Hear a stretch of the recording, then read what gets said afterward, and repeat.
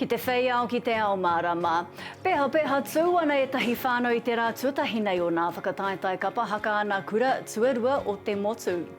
Mangu ana te marae ātea o te whare Pāremata I ngā whakanuitanga mō te 50 tau o te petihana reo Māori tēnei rā. He mema o Ngā Tamatoa I tai ki Taranaki ki te whakamahara I a Hana Te Hemara. Te kaitiki I te petihana reo Māori ki Pāremata.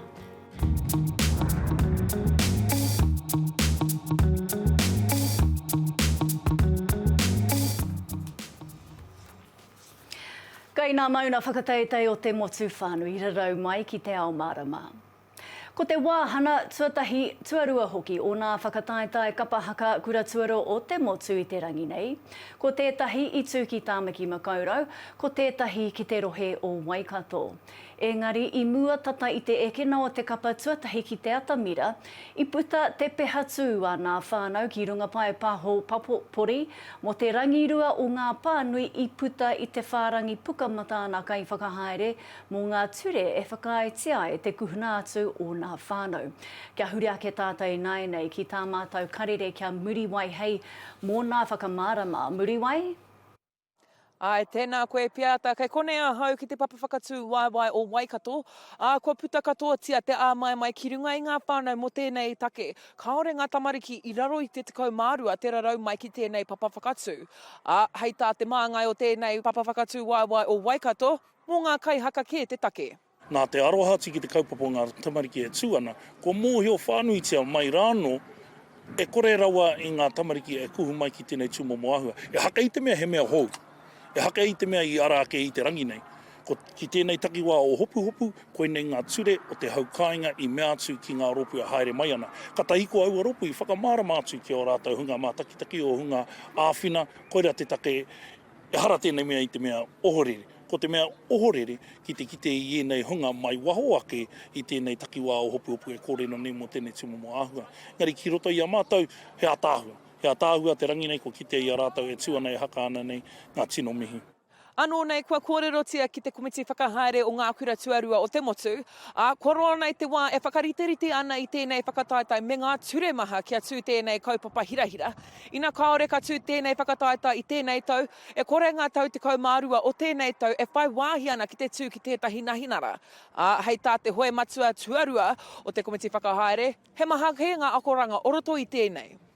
Kia mohio mai tātou he te tuatahi tanga tēnei, mo tēnei momo whakataetae nā reira kai roto he nui nā whakakoranga mo mātou te komiti motu. Kei konei mātou e tautoko ana I ngā oati me ngā whakahaere nā haukainga e whakahaere ana I ngā tāmira huri noa I te motu. Ko te nuinga o nā kōrero e whakahoki mai ana ko nā tangata kari I te mōhio, nā reira me kaha tātou ki te whakaputa I ngā kōrero tika ki ngā tangata kia āhei rātou te mōhio hea hana whakahaeretanga o te haukainga ki konei. Nō reira, hei te paraere tūai ngā papa whakatū whakamutunga e toru, kei ia rohe o rātou ake tikanga, he oe ko ngā kai haka ke kei te tihi o whakaro e piata. Ko te mana tōpū reo Māori tērā I a whina mahi kohina waitohu mo te petihana reo Māori I te tauwhitu te kaumārua. Nā te kapuna Jews, tēnei mana tōpū I ārahi, I tūtaki rātou ki te riri I roto I wā rātou mahi. Ko Robert Whare no Ngāti Haka Patu Heuheu, tētahi I āwhina I a te kapuna. Nā, I roto I tana kauhau I te kaupapa whakanui te petihana mō te reo I te rā nei, I kōrero ia mō ngā kino I pā atu kia rātou. Hako aka tainana nā kōrero I te rā nei, kua utua te kino e nā hua pai e ki te ana I tēnei rā. Ka tohu hia, ko koe, haere ki karori ki te tiki tohu ingoa ki runga I te petihana. Ana ko koe, haere ki te huarahi o Cuba. Ko koe, ko māua ko Lee Smith. I tohu hia kia haere ki te tauranga treina I raro I honei. Ka huri mai te tangata nei ka ki mai ki a māu. Hea te kaupapa o tō petihana. Kia uru te reo ki roto I ngā kura. Tā hika huri mai. He nui pēno te ihu o Lee. Ka mekea te pākehane kātoto. Ana ka hoki tuarua atu anō, tuatoru atu anō. Tāpiri atu ko te whānau Jews, ētahi I tino pi kaua I te kaupapa. Tatu mai ki te tau rima te kautau, no taua wā ko wā rātou tamariki, moko puna era, kai te muro o te ahi o nā mahi whakaora tonu I te reo. Ko kana pūrangi tauira tētahi o aua moko puna, kai te hono mai ia I tēnei wā kia mātou. Kana pū tēnā koe, kia ora. Nā piata, nā koutou. Nā, ki te hoki whakamuri te titiro, he hau whakaro o kārea roto rāna I a tātou e whakanui nei te rima te kautau o te petihana reo Māori tēnei rā? E rua pia ngā whakautu ki tērā pātai pia ta tuatahi mai ko te pauri o te ngākau I te korenga o ētahi o tērā hunga e ora ki te kite I tēnei rā, ngā hua nui I puta mai tau o wā. Ko ngā mea pēnei ko mātou kraua pāpakorua, kapunga Jews, huirangi wai kiripuru, hemi potatau, I roto I ngā tautata nei, ana ko Angaru Rob tēnā, ko Lee Smith I kōrero hia e Robert Pauwhare, ko tōku pāpā noki. Tērā hunga I kūkiri nei o wā, ko ngaro I te tirohanga kanohi. Aha kua tēnā, e hari e ko ana ko tā mai ki tēnei wā, engari e mōhio ana tāone pēa ta he nui tonu te mahi, kai moe te aroaro kia ora ai tō tātou reo. Tika tonu. Nō reira, he hana kōrero I rongo wai koutou ko tuakano taina tuahine karangatahi mo te whawhai o koutou nā matua, kaumātua hoki kia arohatia te reo e te kāwanatanga. Me pēnei pia te kōrero kai te kūmara I kōrero mo tōna reka, no reira kāre mātou I a mātou e tamariki ana, kāre mātou I tino rongo I wera kōrero I a mātou e tipu ana. Te wā ka pakeke haere mātou, katahi ka puta mai wēnei kōrero, ana ka rongo mai ngā mea pēnei I a Lee Smith, I a Rob Pauwhare, I a Joseph Te Rito, ngā hoa kakari o mam rao ko dad, I waho atu o te whānau, me te nui o tā rātou tohe. Kia whai mana I tō tātou reo. Nō reira, no ngā tau I a mātou e pakeke ana kātahi ka mārama ki te wāhi nui o tō mātou whānau ki roto I tēnei kaupapa. Aha koa tēnā, kua tupu ētahi o koutou hei kai ako, hei kai whakahaere pakihi, hei kai pāho, hei roia, engari katoa, ko te reo Māori, ko te ao Māori tērā kai te noho mātāmua. Koera pēr te whakatinanatanga o te moe ārima te koutou ki muri ki tō whakaro? Tika, tino tika. Ko mātou te hunga wai marie, no mātou te whiwhi, ko tā rātou tohe, ko tā rātou pakanga, ko tā rātou whawhai, upoko pakaru, upapau kaha, I e rātou, ko ngā hua nui I taka mai, kia tātou netua, tēnei reanga e kaha nei te kōrero Māori, no reira. Mei kore ake rātou, ko kore pēr tātou e kite I ngā mea pēnei a whakaato Māori, ngā reo irirangi Māori, e whakapāho ana I tō tātou reo rangatira. Kia hoki atu ki te tau whitu te kau I taua wā nā te ōnuku rene o Ngāti Toa te ki kia tai atu tātou ki te aroaro o te atua, tērā pēr te atua kia tātou. Ka pēheatia e koutou te reo rangatira I hoatungia e ahau kia koutou. Nō reira, kana pū, he aha tō whakahoki ki taua pātai? Mena ko tūhau ki mui te aroaro o te atua I tēnei wā ko me atu ko taku tino takoha ki te reo, nāna I homai kia hau, ko te tuku iho ki aku tamariki. E mōhio ana tātou kai reira te oranga tonutanga o tō tātou reo, ana ko pērā mātou aku hāmua, aku taina, he whānga I te reo I ki wā mātou nei tamariki, ana mā rātou anō e tuku iho ki wā rātou tamariki no reira, koera taku whakautu ki tērā o ngā pāpai. Ka pai, kana pūrangi tauira, kanui te mihi ki a koe, whai wā kia mātou o Te Ao Mārama. Tēnā koe. Nā, kia whakatātātou mo te wāpoto, kei tuake tonu, he mema o Ngā Tamatoa I tai ki Taranaki, ki te whakamahara I a Hana Te Hemara, te kaitiki I te petihana reo Māori ki Pāremata.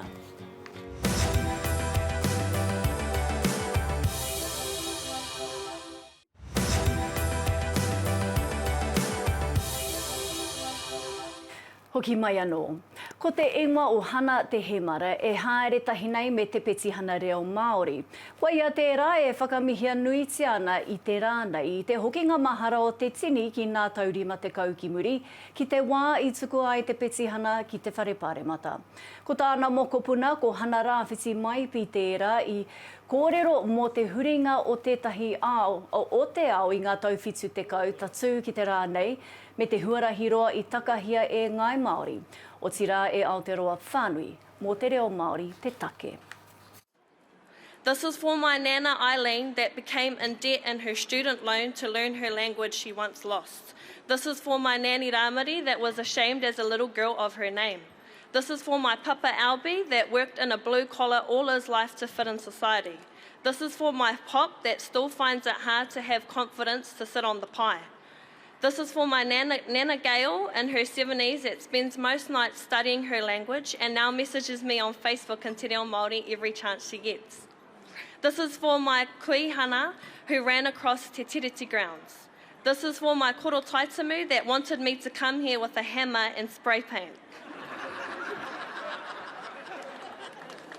This is for my grandparents and your grandparents that were stripped of their native tongue and identity. Nā hei whai ake i wana kōrero ki te taho o tā mātou kai whakahaerea wena harawire i nai nei ko ngā huia te awe kōtuku. Te tahi o ngā mema o Ngā Tamatoa atu i Taranaki i te rānei. Kia ora rā. Kai kunei mātou, kai te marae o muru raupatu, ko puketapu te hapu, ko te ātea tiri. I'm joined now by Doctor or Professor Emeritus. Professor Emeritus, Ngā Huia Te Awe Kōtuku, who was a member of Ngā Tamatoa. Well, first of all, Ngā Huia, tell me, what's your favourite and your fondest memory of Hana Te Hemara? O tēnā koe, wena wōku maumahara ki a hana me tōna ūkai pō ki Taranaki nei, he a tāhua. Ka nui tonu te aroha ki aia, mō tōna whakapaipai, mō tōna piatata mai, mō tōna kākahu whakamiharo. He wahine pūrotu, he wahine maia, he wahine paiarahi taua wahine, i ngā wā katoa. So it's extraordinary being here. Nā te mea i taua wā i haere mai aho māua ko Lee Smith, tōna hoa whawhai, ki runga i tēnei marae mō tōna tangihanga. Ka mau te wehi. Ka maringiringi noa nā roi mata mōna. Nā te mea he wahine ngāwari, wahine pai. Ahakoa te mata whawhai, kei runga i aia. Where do I start? A woman of exceptional courage, vision, grace, energy. Someone who was unafraid to actually say the unspeakable. And in those days, of course, demanding the right to speak ao reo, demanding the right to be Māori in the ways that we define being Māori, was particularly threatening. Yet she carried that threat. She carries it with dignity and with style. And that's what I most remember. And of course, over her life, she developed very much her own personal way of being in the world, her own fashion sense, her own design. She was constantly recurating herself, and I loved that. We all did. What she would think about now? Yes, 50 years on of Ngā Tamatoa, what would she think or say about the state of the Māori nation today? There's a lot more work to do. That's what she'd say. Take nothing for granted. It could turn any minute. And the responsibility of our generation kia poipoi, kia manaaki mai ngā uri whakaturu. That's what we've got to do. And she was a brilliant mother, and part of her joy and her spirit was sharing, was constantly inspiring everyone around her. We had our moments, but they were good ones. However, I think for me, one of the more remarkable and stunning memories is at Waitangi. And we saw this dainty little figure in a kahukeredu, pigeon feather cloak, suddenly right there, like in the middle of the marae ātea, on her own, challenging government. That was extraordinary. That was during one of the Treaty of Waitangi protests. Yeah, February 6th. We had a number of events up there over the years. And here, again, is another way of Hana being Hana. She arranged through her networks that for somewhere to stay and for someone to guide us into the north, we formed a relationship with the kura kāwiti of Waiomi o marae, and Ngā Tamatoa painted the marae. And we fixed the roof, and we had somewhere to stay. And that was the type of vision that Hana had. She was never a taker, she was a giver. And for me, that's ia he mea whakamiharo. You know, nā te manaakitanga me te wairua atawhai o taua wahine. You know, mā rātau e tiaki. Hoi anō, tēnā koe I o whakaaro rangatira, I wāu kōrero rangatira, and coming back to you in the studio and in Wellington. Nā hoena harawira tērā tā mātou, tō mātou kai whakahaere me nā hui a te awe kōtuku. Hoi anō, I nainei, ko hono mai te kai ārahi takirua o te pāti kākāriki, a Mārama Davidson, ki te kōrero kia mātou, mō te wiki o te reo Māori, o tira tōna ake pāna ki te petihana reo Māori. Nō reira, Mārama, nau mai, hoki mai ki te hōtaka. Mārama, nā ko tō pāpā, ne tētahi o nā kai ārahi matua o te petihana reo Māori I tukuna ki Pāremata e rima te koutou ki muri. Nā, hea tāna ki a koe mō auwara me te tikanga o te petihana I e rātou?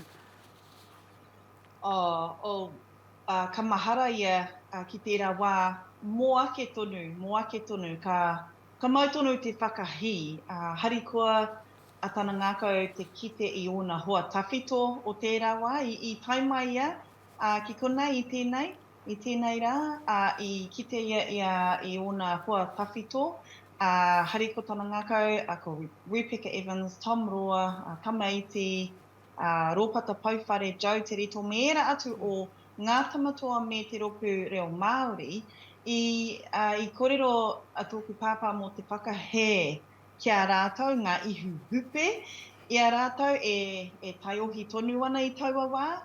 Te kaumā noiho o na tau a taku pāpā I taua wā, rua te kaumā pia o na tau a Hana Te Hemara, me tōna mahi kaha ki te tū hei kai arahi mo te kaupapa, ahakoa ko tērā taku te kōrero a taku pāpā ki au. Aha ko te whakahe kia rātou I tūkaha tonu rātou. Ko tēnā tana mihi kia hau I ngā wā katoa e mārama. Hei aha te whakahe te tonu. Ko tāna tino kōrero o tērā rā o te petihana, ka ora te reo, e kore e mate. Ko tērā tana whakaro ka puta mai ngā hua o tērā petihana. Nā, ko te huakai te kōrero Māori tana tamahine. Nā, kia noho tonu ki tēnei kaupapa, inari ki nei rā, ko te here I te whakaako I te reo Māori kua hoki ki te tēpū whiriwhiri.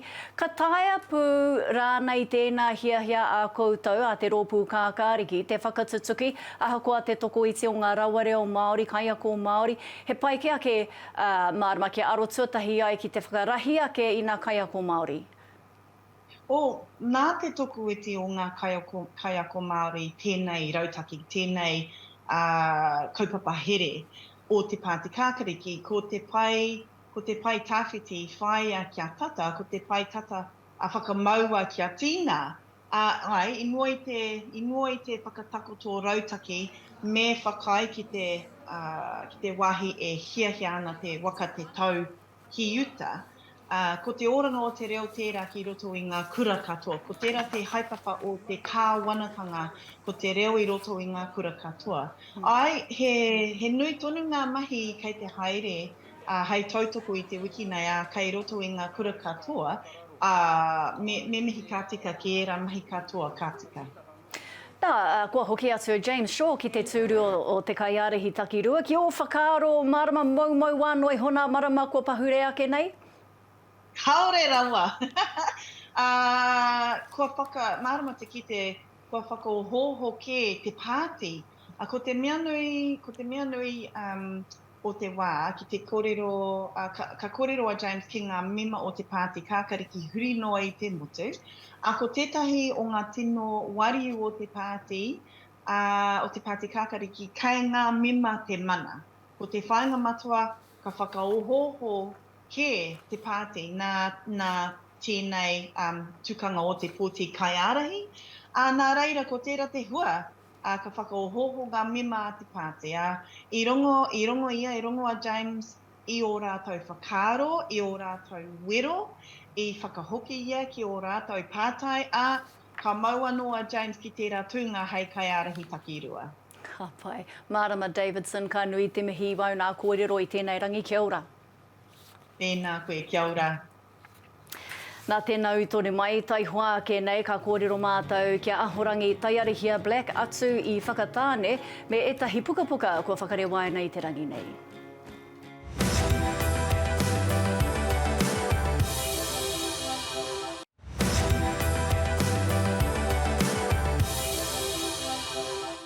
Hoki mai anō.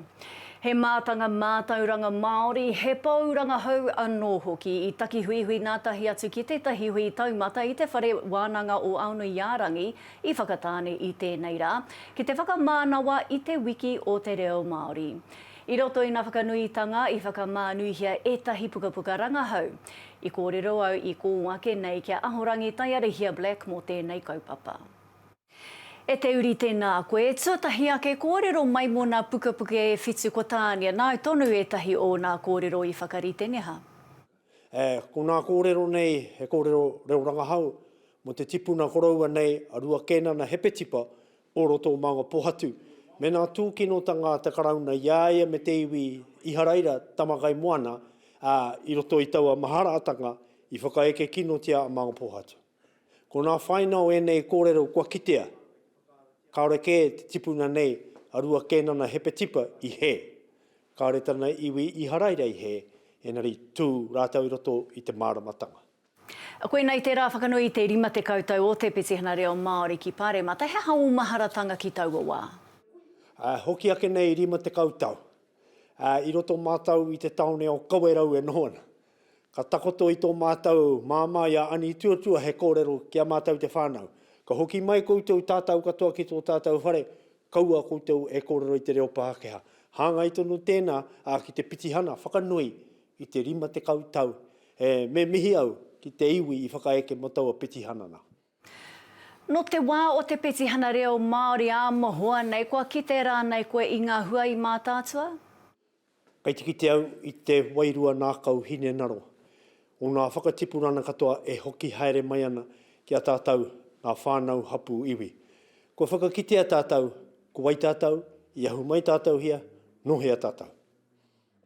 Ahorangi taiarihia Black tērā, atu i whakatāne. Kina matapai huarere i naia nei paki katoa ki te nota, ahi noa ka whakakuku ake he hautonga, ka kōpata pea te ua ki te uru o Tāmaki Makaurau, atu i tēnā he rangi a tāhua, makariri tonu ki rotorua, ka tā maru nā rangi ki te whiti, ki te uru, ka mārire haere te hau pītonga. Wai mari a koutou I te whanganui a tara a pōpō I ngā hihi mahana nei a tamanui rite tonu te kōrero ki whakatū. He rangi pai huarere hoki ki o tautahi. Tāhuna, he rangi makariri I te timatana e nari ka paki haere ke ao katoa ki wai hōpai. A kāti, koe nāna kaupapa kai taku ke te I tēnei pō. Ko te waiata hei whakakapi I te hōtaka I tēnei pō, I titoa e tākuta Hirini Melbourne. I waiate hia hoki I te rā nei, ki te whakanui I te rā o te reo Māori. Ara, ko ngā iwi e te ti, e te tā, kia āio, kia Māori ori hoki, te noho.